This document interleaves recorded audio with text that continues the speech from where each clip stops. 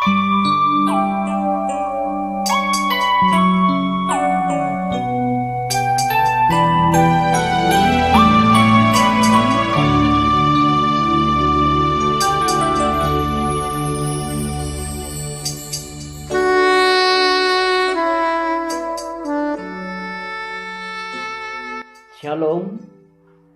salam sejahtera untuk kita semua. Kita bersyukur sebab Tuhan terlalu baik dalam setiap langkah kehidupan saya dan saudara. Sampai saat ini, apabila kita ada, semua karena anugerah daripada Tuhan. Mari kekasih-kekasih Tuhan, tetaplah kita berpegang teguh kepada kebenaran firman Tuhan. Sebab firman Tuhan adalah kekuatan yang menyelamatkan. Saat ini kembali kehidupan saya dan saudara belajar lagi kepada firman Tuhan, yaitu bagaimana perjalanan daripada seorang pribadi yang dikatakan juga bilangan orang benar tapi gagal dalam kehidupan imannya. Itulah yang kita kenal dengan Lot. Kekasih-kekasih Tuhan, Lot yang kita ketahui adalah bagian daripada perjalanan kehidupan daripada Abraham. Sesuai dengan sejarah bahwa Lot itu adalah keturunan daripada saudara Abraham. Abraham kita ketahui memiliki 3 bersaudara, yaitu Abraham, Nahor, dan Haran. Waktu di Ur Kasdim, Haran, saudara daripada Abraham, melahirkan Lot. Dan kemudian sesudah Haran meninggal, maka Terah sebagai orang tua dari Abraham, Nahor, dan Haran membawa keluarganya menuju tanah Haran. Dan Lot bisa bersama-sama juga dalam rombongan keluarga Terah. Nah, kekasih-kekasih Tuhan, saat ini kita akan belajar kepada firman Tuhan tentang kehidupan daripada Lot.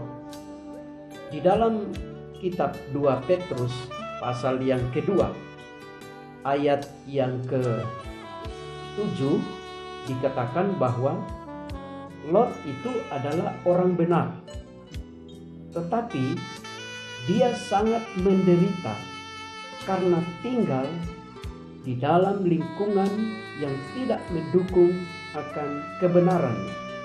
Dia tinggal di daerah Sodom yang kita ketahui bersama, yang pada akhirnya dibinasakan karena kejahatan. Nah, kekasih-kekasih Tuhan, mari kita akan belajar lebih dalam lagi siapa sesungguhnya Lot ini. Kekasih-kekasih Tuhan, waktu Abraham ada di tanah Haran, maka tidak lama kemudian orang tuanya Terah meninggal. Nah, sesudah Terah meninggal, firman Tuhan datang kepada Abraham untuk supaya Abraham pergi meninggalkan daerah Haran untuk menuju ke tanah perjanjian. Dan salah satu bagian penting yang harus Abraham lakukan yaitu tinggalkan sanak saudaramu.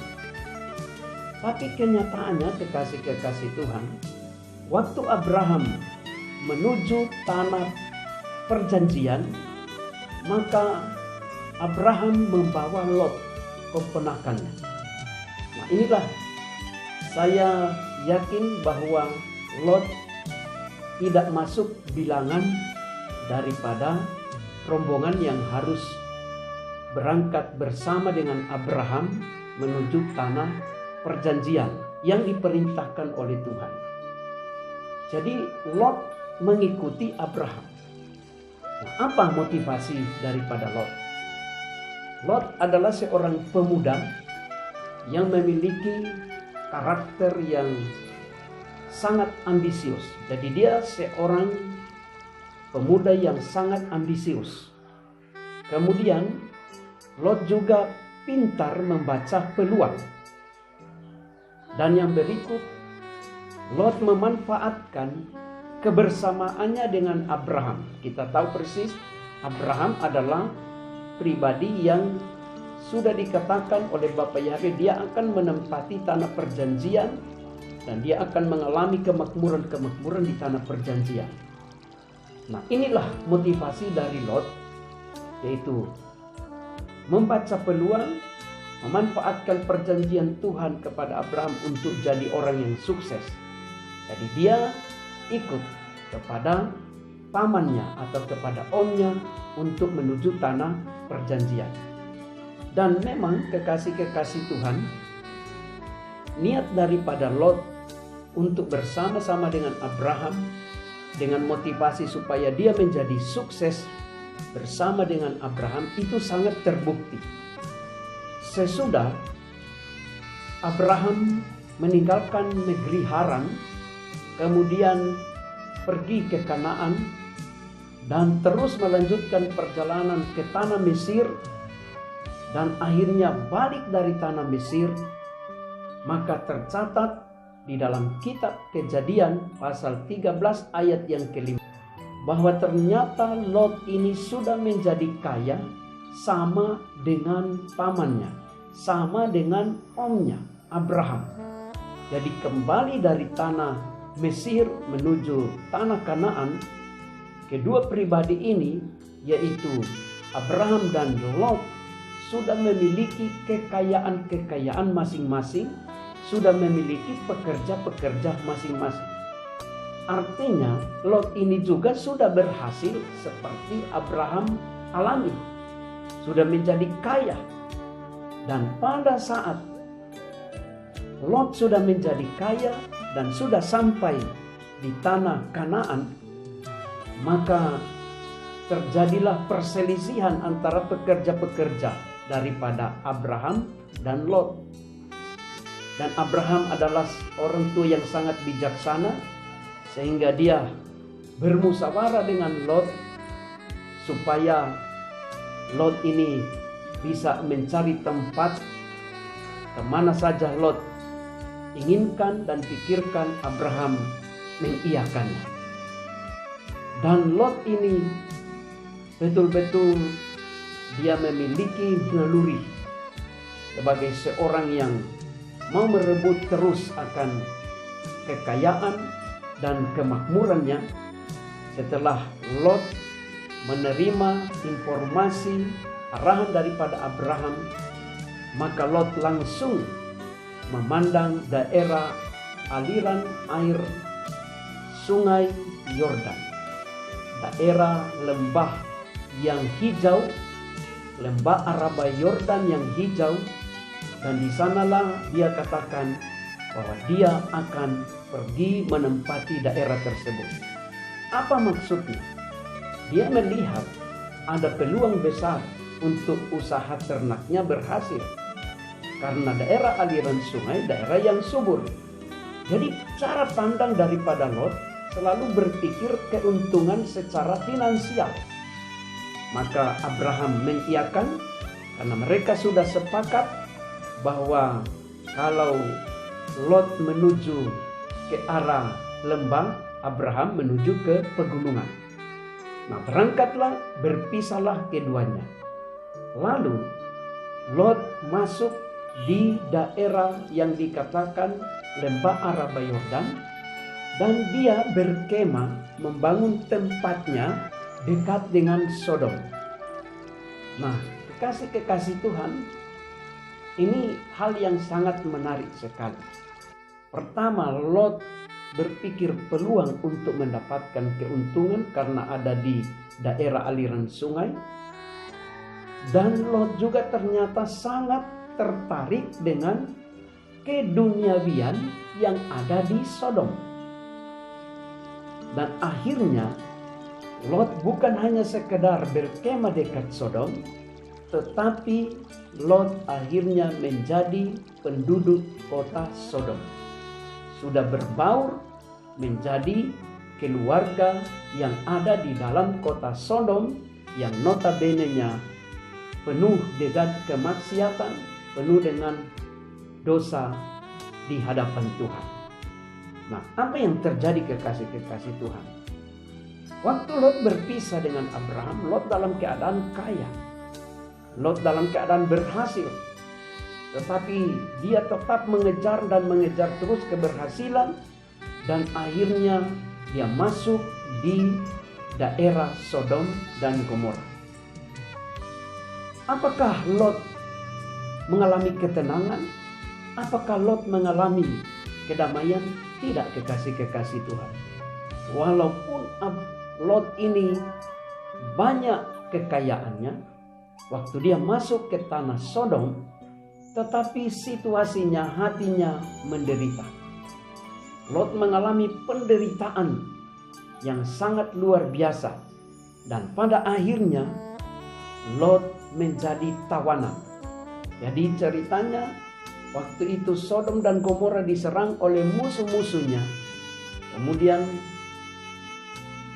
Sodom mengalami kekalahan dan raja dan rakyatnya, termasuk Lot sekeluarga dan para pekerja-pekerjanya, menjadi tawanan. Bukan cuma pribadinya yang ditawan, tapi seluruh harta bendanya menjadi rampasan waktu ditawan.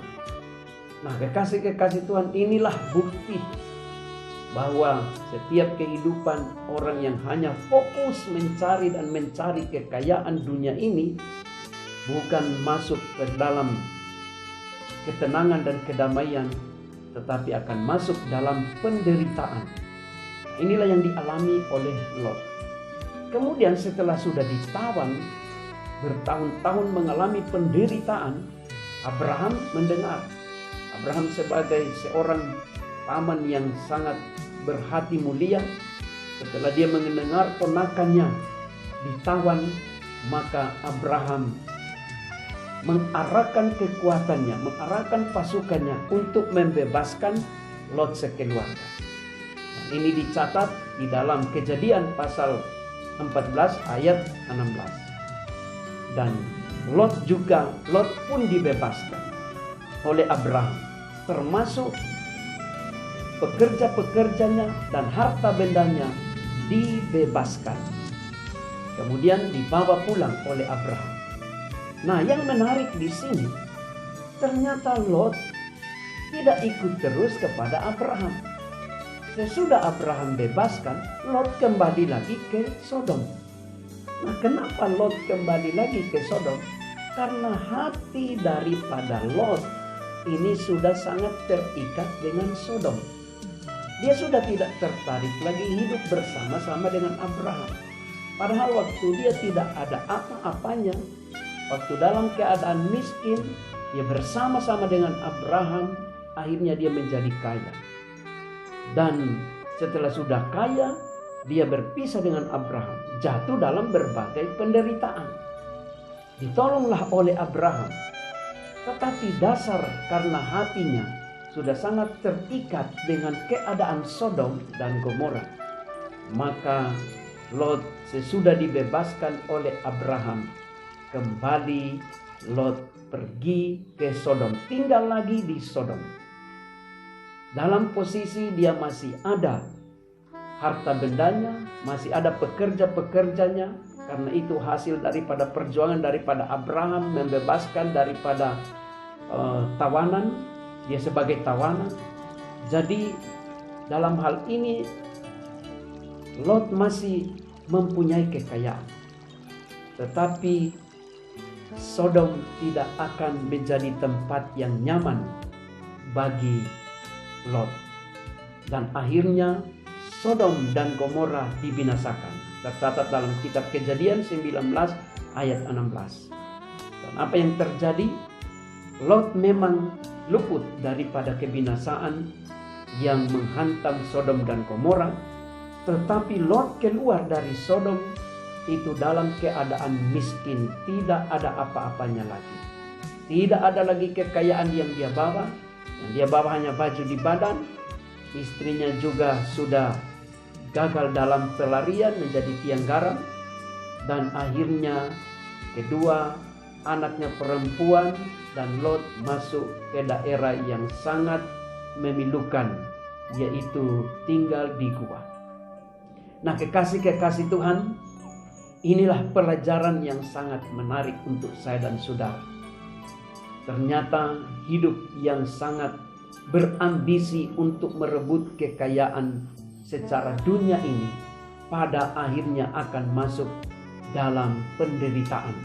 Firman Tuhan di dalam 1 Timotius 6 ayat yang ke-9 dikatakan bahwa apabila kita mengejar kekayaan, maka kita akan jatuh dalam berbagai-bagai pencobaan. Kekasih-kekasih Tuhan, ini terbukti dalam pribadi dan keluarga Lot. Lot berada pada posisi kaya raya, tapi karena dia ambisi terus, akhirnya terjebak dalam kehidupan Sodom dan Gomora, dan pada akhirnya dia mengalami kemiskinan dan kemelaratan.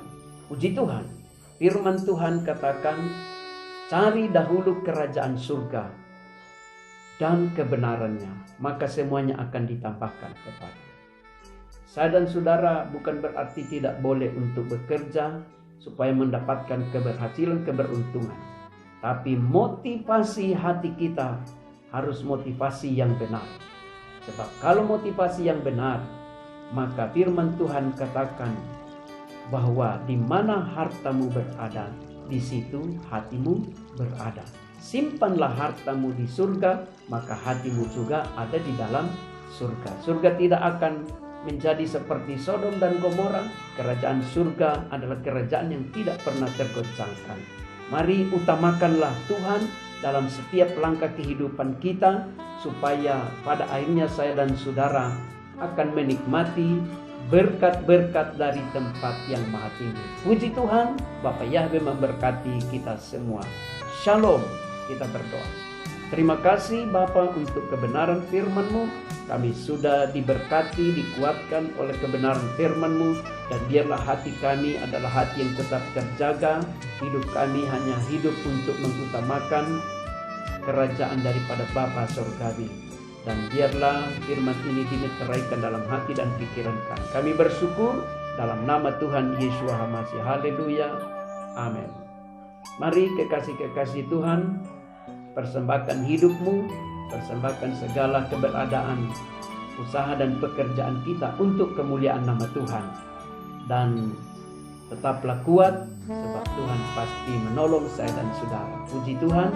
Shalom.